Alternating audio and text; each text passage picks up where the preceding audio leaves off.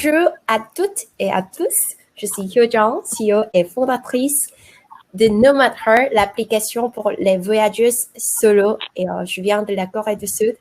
Et je suis très, très, très contente d'avoir Tiana, Claire, Cam et Lisa. And now we'd like to start the session. Donc, à partir de Tiana, fondatrice de Afro Garden.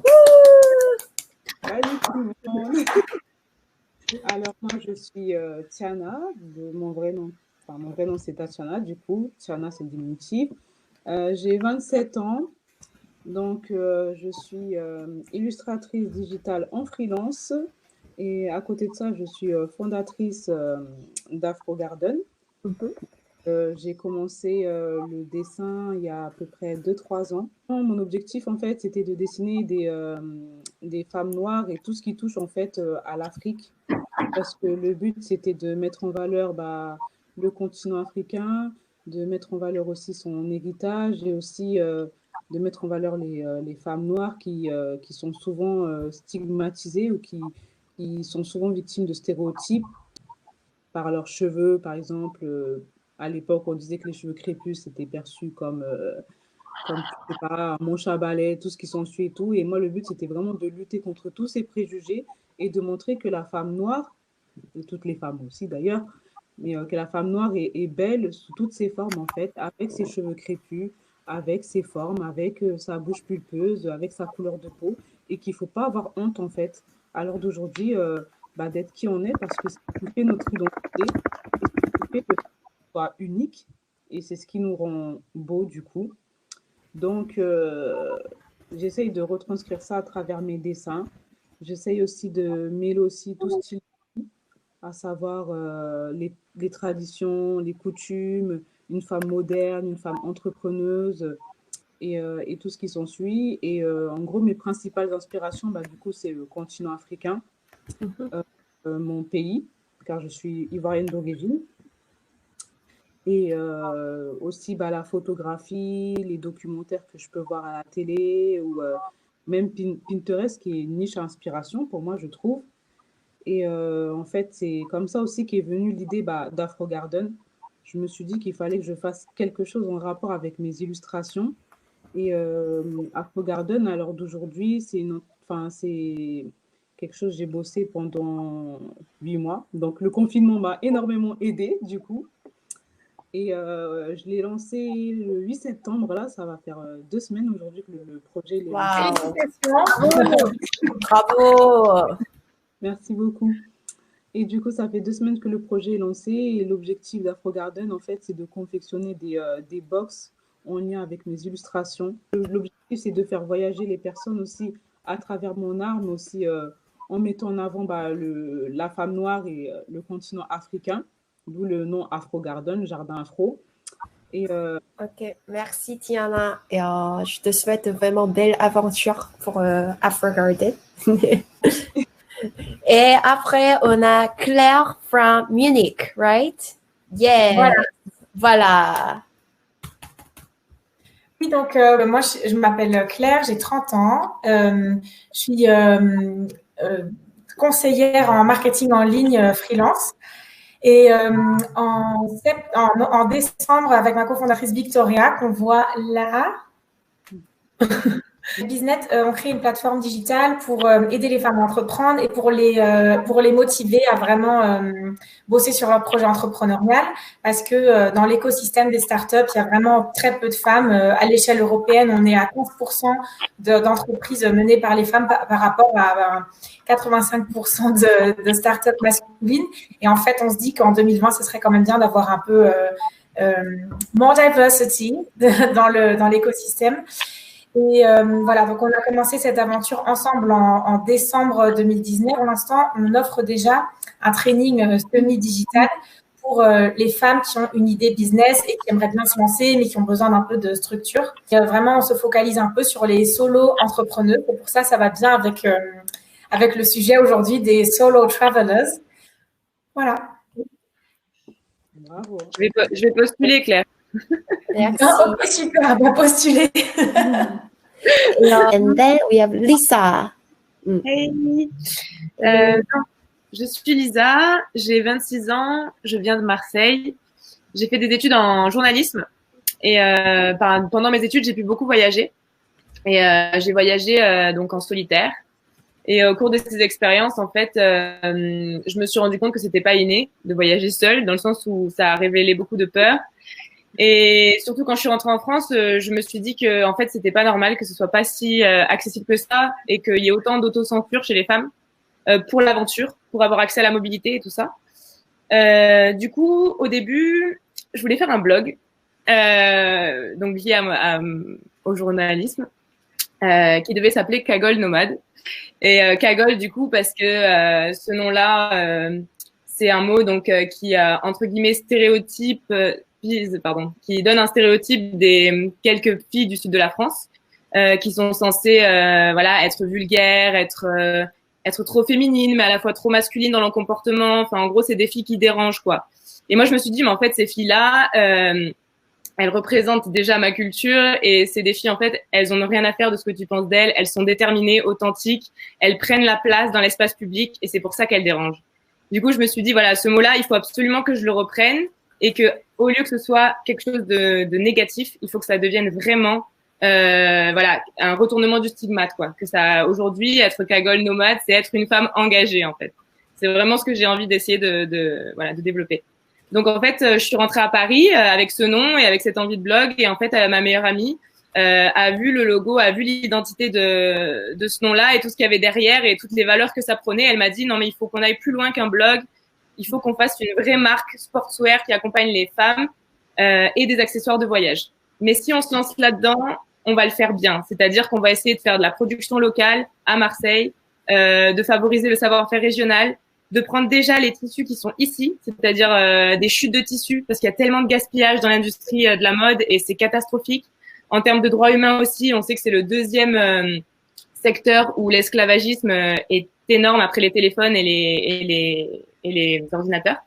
Du coup, on s'est dit, voilà, on va vraiment contrôler toute notre production et on va valoriser des chutes de tissus, mais aussi des déchets de la ville, donc des chambres à air. Et voilà, notre but, c'est vraiment de faire des accessoires et des vêtements à la fois pratiques, confortable, mais à la fois stylé et qui représente vraiment les valeurs des jeunes femmes d'aujourd'hui. Voilà, je pense que j'ai été claire. C'est bon pour vous? Merci. Merci à vous. Merci. Et après, on a Cameline. Bon, ben, bonjour tout le monde. Merci encore, Io, pour ton invitation à ce festival. Et hyper ravie de partager tout ça avec des femmes super inspirantes. Donc, moi, je suis photographe. Donc, j'ai l'expérience du voyage en solo, hein, puisque j'ai foulé le sol d'à peu près un peu plus de 55 pays.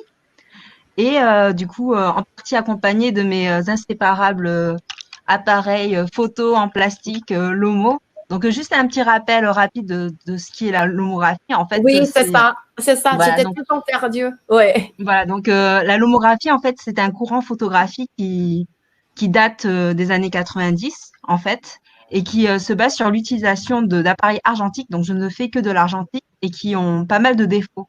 Du coup, moi, j'exploite les défauts de ces appareils-là et également, j'utilise également des films créatifs qui permettent de donner un certain rendu. Donc, moi, j'utilise absolument pas de Photoshop. Toutes les superpositions que vous avez pu voir, en fait, c'est vraiment fait sur le moment, en fait. Donc, c'est des images prises consécutivement. Je me suis orientée vers des sujets davantage sociaux, puisque j'avais envie de donner davantage de sens à ma pratique photographique. Donc, je me suis beaucoup interrogée durant ces voyages sur mon identité, sur la place de la femme dans l'espace public, en fait. Je vais parler de mon projet Portrait Lomo, qui est en fait un projet qui met en valeur en fait des artistes féminines. Donc, en gros, je réalise un portrait Lomo d'elles, en fait. Donc, un portrait de ces artistes en pleine action, en train de coller leur collage ou de réaliser leur graffiti. Et je l'associe également à un article où elles me parlent de leur projet, de leur engagement. Et surtout, elles partagent leurs conseils. Et donc, tout le projet se fait dans un esprit de solidarité, sororité. Et le but, c'est vraiment de créer une émulation entre femmes. Donc, j'ai choisi de mettre en valeur des femmes dans l'art urbain, parce que souvent, on se pose la question de où sont les femmes dans l'art urbain. En fait, j'ai constaté qu'en discutant avec ces artistes que ces femmes-là, en fait, il y a beaucoup de femmes dans le street artist, sauf que souvent, on les réunit dans des expositions collectives et elles sont très peu visibles en fait en exposition personnelle. Donc l'objectif de mon projet, c'était vraiment de créer un espace pour elles et pour mettre en valeur leur projet. Voilà. Wow. Merci Kim, c'est génial. Bravo. Merci les filles. Et ce que j'ai remarqué, vous avez tous utilisé un mot commun. Est-ce que vous savez? Espace public. Espace public et préjugés. Et je pense que c'est quelque chose de très intéressant parce que Tiana aussi, elle a mentionné le mot préjugé, Cam aussi, et Lisa, toi aussi, et Claire, toi aussi, en fait. Donc, je pense que ça sera très intéressant de discuter c'est quoi, quels préjugés vous avez rencontrés et quels préjugés vous voulez briser, vraiment casser par votre projet. Et oui. Peut-être Lisa, je pense que c'est quelque chose. Oui. Oui, moi, comme je l'ai expliqué, je trouve qu'il y a un vrai problème aujourd'hui de jugement et de préjugés de comment une femme doit s'habiller ou pas. Soit on la juge trop masculine, soit on la juge trop féminine. C'est jamais voilà, c'est toujours un problème en fait. Marseille, déjà, il y a un jugement, on va dire, français par rapport, voilà, au manque de style, manque de classe, un peu la France d'en bas.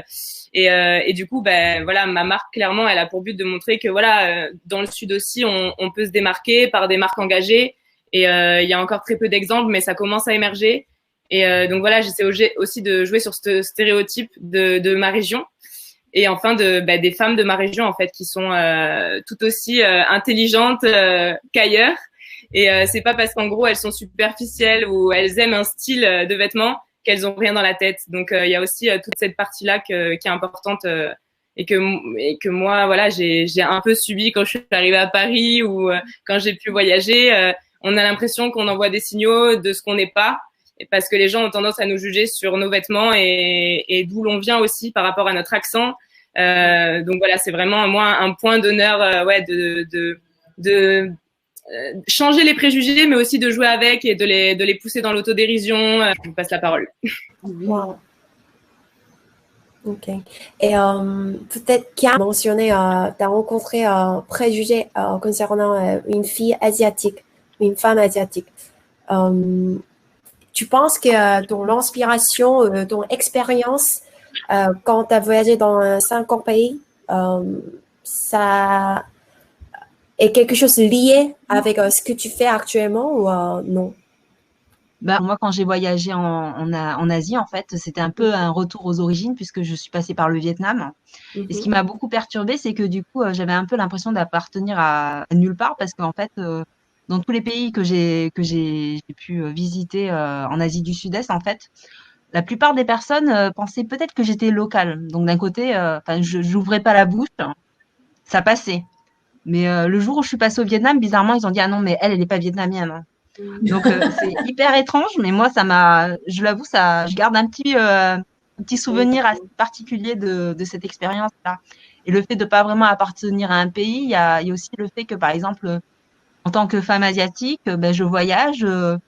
Forcément, mon accent en anglais, français perturbe pas mal de personnes en fait.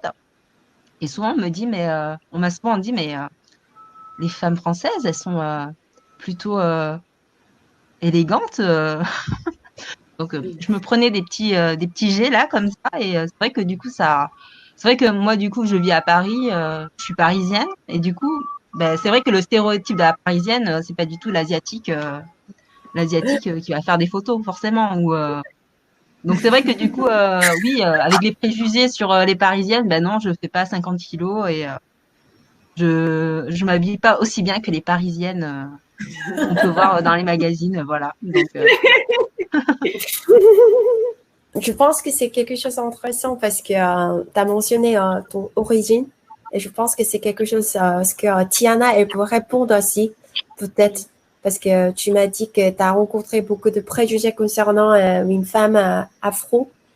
peut-être tu peux nous raconter un peu c'est comment être une femme afro. Oui. Alors, en fait, moi, pour ma part, bah, j'ai été touchée par pas mal de touchées, enfin, on va dire victime de préjugés, déjà du fait par la coupe afro.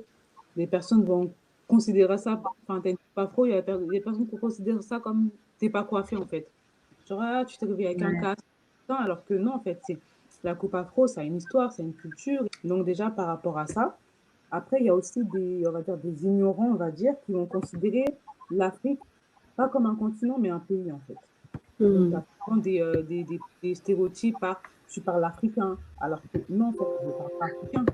C'est comme bah, les Français, on leur dit pas tu parles bien.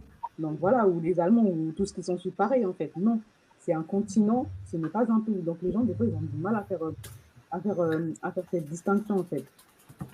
Ou enfin, plein de stéréotypes comme ça, ou même par rapport à la couleur de peau. Est-ce que tu bronzes? Enfin, oui, je bronze, ce n'est pas parce que je suis noire que... Enfin, c'est des stéréotypes, vraiment, j'ai des stéréotypes qui sont... En fait, ça vient de la part des ignorants, en fait. C'est des personnes qui ne sont pas assez renseignées sur la culture africaine et tout. Donc, d'un autre côté, je leur en veux pas, mais des fois, quand tu n'arrives pas au bout d'un moment à distinguer un continent d'un pays, il y a un problème quand même, quoi. Donc, plein de clichés comme ça. Et je rejoins aussi Cameline aussi par rapport au fait que, par exemple, quand tu vas dans ton pays d'origine et, enfin voilà, moi je suis née en France, je suis d'origine ivoirienne, il y a un peu ce sentiment de cul entre deux chaises en fait. Donc, c'est vraiment bah, les principaux préjugés auxquels j'ai eu affaire, moi, pour ma part. Ok. Et Claire, quel type de préjugés tu veux casser avec Business? En fait, le cliché vraiment, c'est que les entrepreneurs, ils restent entre eux, c'est des hommes. Tous les investisseurs, souvent les jurys, c'est des jurys masculins. C'est pas facile en fait de lever des fonds, c'est pas facile. Par exemple, tu vas à une conférence et puis on va te dire oui, mais il est où votre CEO? Et tu te dis c'est moi. Enfin, en l'occurrence, c'est ma cofondatrice, moi je suis la COO. Mais je veux dire, c'est incroyable, même avec toutes les femmes avec lesquelles on parle, qui ont aussi des positions, par exemple des CTO, elles sont des développeuses ou quoi, et puis elles sont dans des jurys, dans des grémiums ou même dans des conférences, et puis on leur demande oui, mais il est où votre CTO? Et puis tu te dis c'est moi. Et ce que je dois dire, c'est que par rapport au solo traveling, pour reprendre un peu le sujet là du panel, c'est un peu la même chose. Quand tu voyages seul ou en fait, dès qu'en tant que femme, tu fais un truc seul ou que tu fais un truc un peu hors du commun, tu te dis ah bon, mais tu voyages seul, mais t'as pas peur, t'as pas ci, t'as pas ça, et tu te dis ah bon, mais tu poserais cette question à un mec qui voyage seul. Et en fait, je pense que on essaye avec Business de briser un peu ces préjugés et puis de vraiment donner confiance dans les femmes. Voilà. Il faut juste le faire et il faut avoir confiance en soi et tout est possible en fait. Voilà. J'adore, vraiment. Notre sujet, c'est comment le voyage pour aider à changer de vie. Peut-être on va finir notre discours avec cette question. Peut-être Cam, tu peux répondre. Comment le voyage peut t'aider à changer de vie? Pour ma part, en tout cas, j'ai pas changé de vie avec le voyage, mais ça a surtout fait évoluer ma vision des choses en prenant en compte en fait les expériences que j'ai pu avoir. Comme je l'ai dit tout à l'heure, je me suis vachement questionnée sur mon identité et également la place que je pouvais avoir dans l'espace public en fait. Et du coup, par cela, du coup, ça a fait évoluer tous mes projets.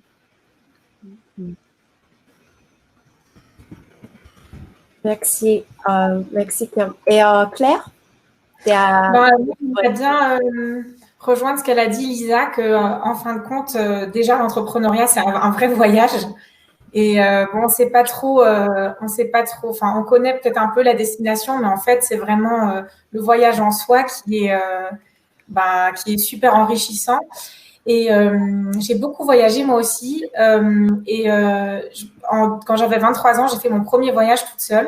Et au début, j'étais un peu angoissée. Je me disais, mais est-ce que je vais rencontrer des gens? Qu'est-ce que je fais si on me pique mes affaires ou j'en sais rien? Qu'est-ce que je fais si je suis toute seule tout le temps? Et en fait, ça m'a vraiment aidé ce voyage à voir que il y avait plein d'autres personnes qui voyageaient aussi toutes seules. Bon, évidemment, c'était avant cette histoire du Covid. Mais c'était vraiment enrichissant et ça m'a donné confiance en moi en me disant que c'est exactement ce qu'elle dit d'ailleurs Caroline Lisfranc là dans le chat, qu'on n'est jamais totalement seul et que il y a toujours des gens qui sont dans la même situation que nous, et puis de toute façon quand on a un esprit ouvert et puis quand on a envie de rencontrer des gens, c'est toujours possible. Et du coup je dois dire que pareil que Cam, je dirais que ça n'a pas changé ma vie, mais ça a aussi changé ma vision des choses, ça a changé ma confiance en moi et je me suis dit il faut juste faire les choses, il faut juste commencer et et je pense que ce voyage solo ça m'a vraiment encouragée à faire des choses seule aussi. Depuis quand j'ai envie de faire un truc et que mes amis ils n'ont pas envie, je vais pas attendre 1000 ans que quelqu'un me rejoigne, je l'ai fait. J'adore aller au cinéma toute seule, j'adore aller à mon resto préféré du coin, me prendre un truc à manger, puis j'en profite de mon date avec moi-même. Et je pense que c'est un truc qu'on apprend bien par les voyages solo parce que tu es dans un hostel, tu rencontres plein de gens, mais parfois il y a des moments où tu as envie de te promener un peu seul, mais c'est très chouette de renouer avec soi-même et de voir que ça aussi, ça peut être super chouette de faire des solo trips. Yes, solo trip. Et Lisa? Moi, clairement, voyager seule, ça a été la plus belle décision de ma vie. Et clairement, j'ai aucun regret. Vraiment, quand on me demande de quoi t'es le plus fier, je parle de mes voyages parce que ça m'a donné un empowerment que je pense qu'aucune autre expérience pouvait me la donner à ce moment-là. Vraiment, ça m'a donné confiance en moi. Ça m'a donné aussi la capacité d'écouter mon intuition. C'est quelque chose que je voyais pas du tout avant. Et vraiment, le voyage, c'est se faire confiance et apprendre à sentir les choses et à bien s'entourer aussi, à savoir dire non et justement à s'écouter et à savoir vraiment qu'est-ce qu'on a envie de faire en fait. Et ça, en fait, on n'a tellement pas le temps dans une vie, on va dire, très minutée de se poser cette question-là, que le voyage, ça m'a laissé du temps qui pourrait sembler pour certaines personnes comme de la perte de temps parce que je fais pas d'études, parce que je suis pas en train de travailler. Mais en fait, ça m'a fait énormément gagner en maturité et en fait, aujourd'hui, je suis tellement contente de me dire, OK, je fais un projet, je sais pas si je vais réussir, etc. Mais en fait, je m'en fous. Parce que ce qui compte, c'est que je me réveille le matin et que j'ai la niaque de vivre avec ce projet-là, que je veux inspirer d'autres femmes à aussi suivre ma voie. Et clairement, ce goût à la liberté, il est tellement précieux. Et ce goût pour l'indépendance, je pense qu'il me quittera plus jamais. Donc clairement, pour moi, la question, pourquoi le voyage a changé ta vie, elle est évidente et à la fois elle est essentielle pour la route que j'ai prise quoi. Donc voilà, je suis dans la gratitude totale pour mes expériences, voilà. Je voulais juste rajouter un truc à ça, parce que tu dis la gratitude totale, je pense que c'est ça aussi. Je pense que, comme tu dis, le matin, tu te lèves et puis tu te dis « Ah, c'est super, j'ai la chance de pouvoir faire ce que je fais ». Ça ne veut pas dire que tous les jours sont faciles, ça ne veut pas dire que parfois tu te dis « Mais je ne vais jamais y arriver » et puis qu'il y a des problèmes qui te sont insurmontables. Mais à mon avis, c'est aussi de comprendre qu'on a la compétence en soi de résoudre ces problèmes, de surpasser ces obstacles et qu'en fait, on n'est vraiment pas seul avec ces problèmes-là et ces obstacles-là. Et je pense que on apprend aussi dans des voyages comme ça que de s'ouvrir et de dire « Hey, écoutez, j'ai un problème, est-ce que vous pouvez m'aider ?» De se rendre un peu vulnérable là-dessus, qu'en fait, c'est une force en fait. C'est pas une faiblesse de dire qu'on a un problème, qu'on a besoin d'aide pour surmonter un truc et que ça fait vraiment partie du voyage et ça fait vraiment partie de toute cette aventure entrepreneuriale. Je rejoins ce que tu dis. S'ouvrir aux autres, c'est aussi s'ouvrir à soi, quoi. Merci Tiana, merci Cam, merci Lisa, merci Claire. 4 femmes vraiment puissantes, vraiment passionnantes. Et oui, on vient de partout, de différents côtés. Oui, Seoul, like I don't know, like Marseille, Munich, Paris. C'était un grand plaisir d'écouter et partager votre histoire ensemble. Merci les filles. En tout cas, il y a une panel